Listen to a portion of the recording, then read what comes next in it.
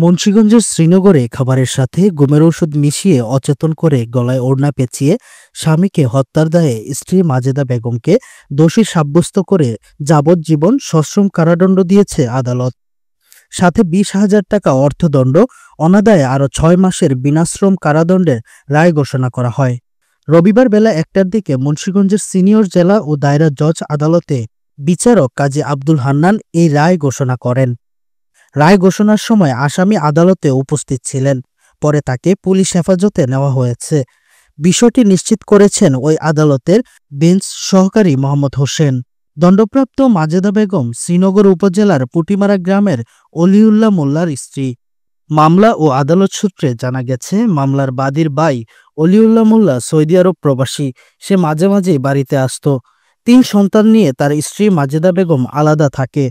সর্বশেষ অলিউল্লাহ সৌদি আরব থেকে দেশে আসার পর তার স্ত্রী মাজেদা বেগমের সাথে সাংসারিক বিষয়াদি নিয়ে মনোমালিন্য হয়। 2017 সালের 6 ফেব্রুয়ারি রাতে খাবার খেয়ে সৌদি প্রবাসী অলিউল্লাহ তার বসতঘরে ঘুমিয়ে থাকে।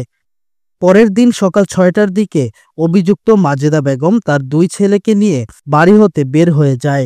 এ সময় মাজেদা বেগমের বাসুর মামলার বাদী কোথায় যাওয়া হচ্ছে জিজ্ঞেস করলে সে জানায় তার স্বামীর টিকেটের টাকা সংগ্রহ করার জন্য বাহিরে যাচ্ছে। পরে দুপুর 12টার দিকে অলিউল্লাহর বাসায় পুলিশ ও লোকজন দেখে তার বড় ভাই মামলার বাদী পুলিশ, প্রতিবেশী ও আত্মীয় স্বজনদের সহায়তায় অলিউল্লাহর ঘরের দরজা খুলে ভিতরে অলিউল্লাহর গলায় কাপড়ের ওড়না পেঁচানো ও হাতে পায়ে রশি বাঁধা অবস্থায় উদ্ধার করেন।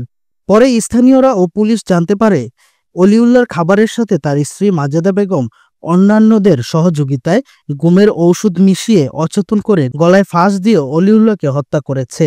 এ ঘটনায় মৃত অলিউল্লাহর ভাই উপজেলার পুটিমারা গ্রামের ইদ্রিস মোল্লার ছেলে আহসানুল্লাহ বাদী হয়ে 2017 সালের 7 ফেব্রুয়ারি শ্রীনগর থানায় ভাই হত্যার দায়ে মামলা দায়ের করেন। এ ঘটনায় মামলার তদন্তকারী কর্মকর্তা অভিযুক্ত মাজেদা বেগমের বিরুদ্ধে চার্জশিট দাখিল করেন। Rahid Hossain, news 7 TV.